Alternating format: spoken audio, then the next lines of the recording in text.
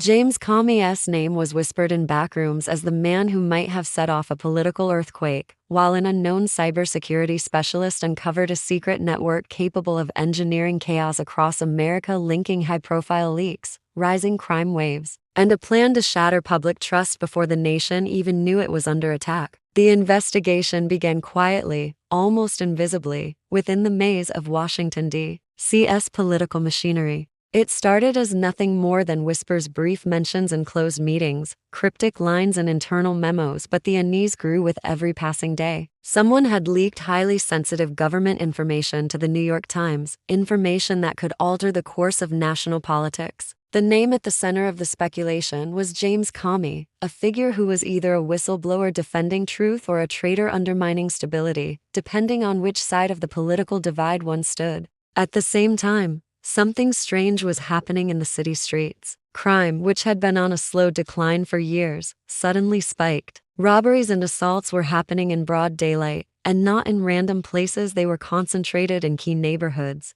the very ones that shaped voter sentiment during elections. More unsettling was the rhetoric coming from certain activist groups, loudly demanding reduced police presence despite the rising danger. It was as if the chaos wasn't an unfortunate side effect but a carefully nurtured condition. Thousands of miles away in California, another crisis brewed. Once safe suburbs saw coordinated burglaries and large-scale retail thefts, carried out with a level of precision that suggested planning and funding well beyond ordinary street crime. Law enforcement agencies in both D.C. and California were under pressure, yet their efforts seemed strangely ineffective, as if invisible hands were pulling back their ability to respond. These three stories, the political leak, the D.C. crime wave, and California's unrest, were being reported as unrelated, isolated events. But in the quiet corners of federal task forces and investigative journalism circles, a darker theory began to take root. Maybe this wasn't chaos by coincidence. Maybe it was part of something bigger, a slow-moving operation designed to erode public trust in institutions.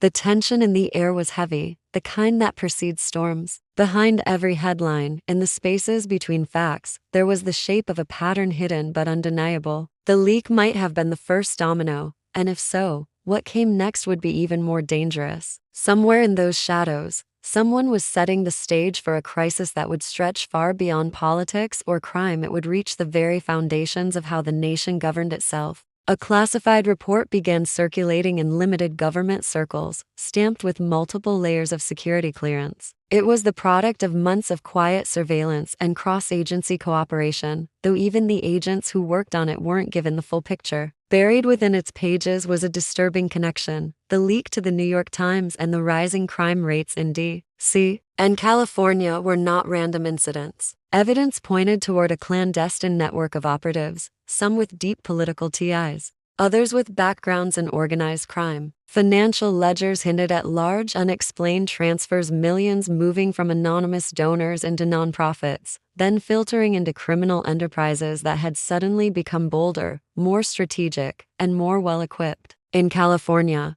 theft rings moved with alarming precision, stripping stores and warehouses in minutes, loading goods into unmarked trucks, and vanishing into the night without leaving a trace. Witnesses described their movements as rehearsed, almost military in discipline. In D.C., the spike in violent crime appeared oddly focused, flaring up in certain areas at key political moments, as if to generate headlines rather than to simply profit from illegal acts. Coded messages discovered on hidden online forums spoke of something called Project Lantern, a name that appeared in connection with encrypted chat groups, private meeting invitations, and obscure blog posts. Analysts noticed the term surfacing alongside discussions about destabilization strategies, election influence, and controlling public perception through fear. While these findings had yet to be publicly acknowledged, the implications were severe. If the theory held, someone was deliberately engineering crises in multiple regions for long-term political gain. The most unsettling detail in the report was a map marked with circles, dates, and cryptic symbols suggesting that D.C. and California were only the first targets. There were other cities listed,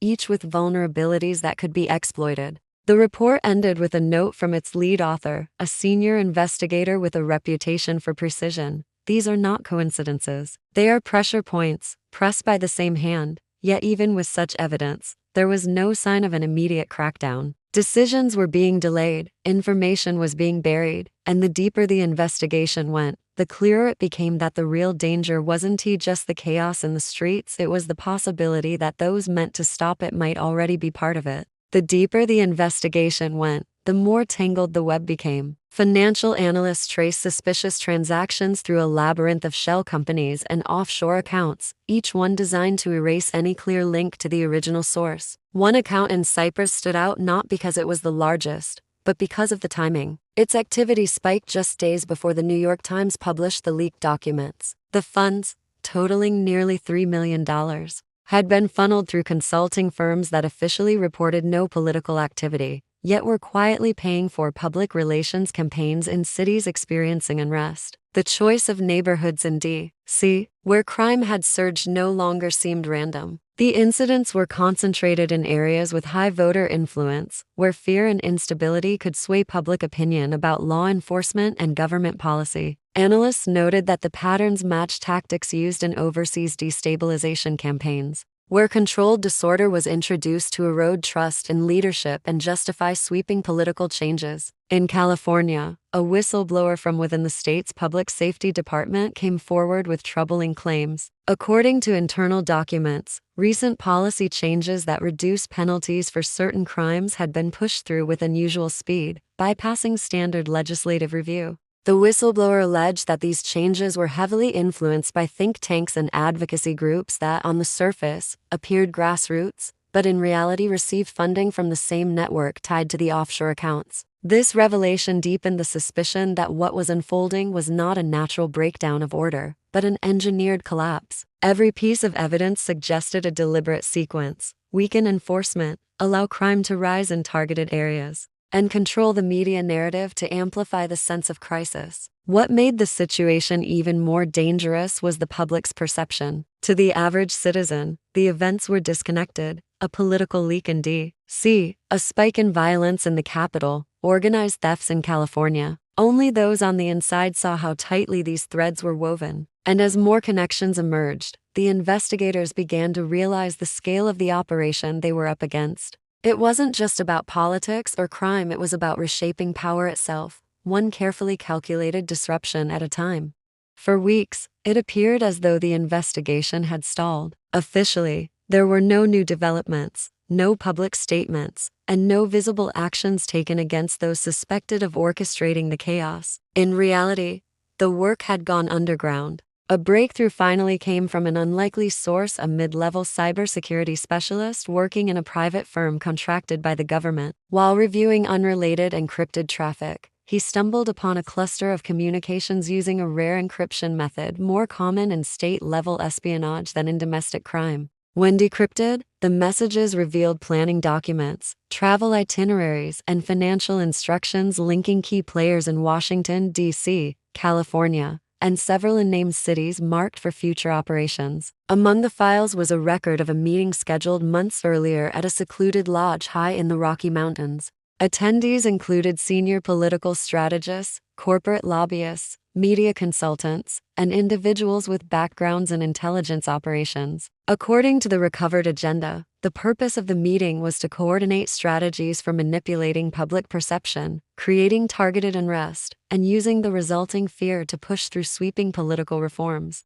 The leaked documents describe tactics for shaping news coverage by feeding curated information to selected journalists, ensuring that certain narratives dominated headlines while others were buried. In one section, detailed plans outlined how crime data could be selectively released or delayed to influence public opinion about policing. Another section referred to leveraging high-visibility leaks to shift focus at crucial moments, a strategy that matched the timing of the New York Times publication. The most chilling discovery was a long-term projection chart labeled Phase 2, which envisioned a nationwide climate of distrust where citizens would demand drastic change. Unknowingly playing into the hands of those engineering the crisis, the specialist knew that releasing this information would be dangerous, but he forwarded it to a trusted contact in the investigative task force. Within days, surveillance teams were dispatched to quietly monitor the individuals named in the documents. What they uncovered confirmed the worst fears. The leak, the crime surges, and the policy shifts were all parts of the same coordinated design. Yet even with this knowledge, a troubling question lingered: how far had this network already embedded itself into the very institutions meant to stop it?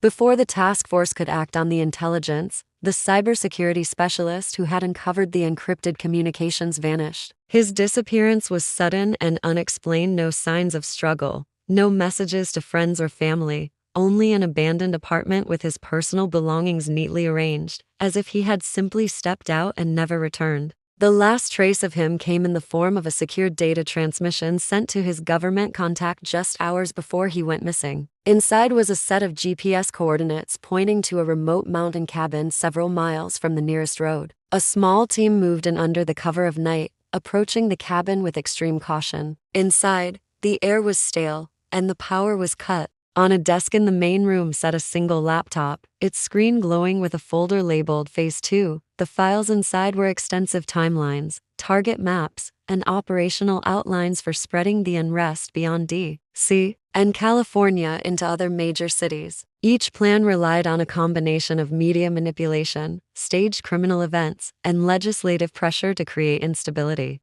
Strangely, every document ended with the same cryptic phrase: when trust breaks, power shifts. The most disturbing file was an interactive map showing projected public opinion shifts in real time, based on simulated data. It suggested that the operation had already begun in cities not yet in the headlines, meaning the public was already living in the early stages of the next wave. The task force faced a critical decision: go public and risk mass panic, or continue the investigation quietly while trying to dismantle the network from within. Before they could decide, the laptop's screen flickered and went black, wiping its data in a complete system purge. Forensic experts later determined the deletion was triggered remotely, likely by someone monitoring the cabin. The team left with nothing but fragments of what they had seen and the haunting realization that the enemy was watching them as closely as they were watching the enemy. Official reports released later made no mention of the cabin, the files, or the missing specialist. The public narrative framed the crime waves and political leak as isolated incidents with no deeper connection.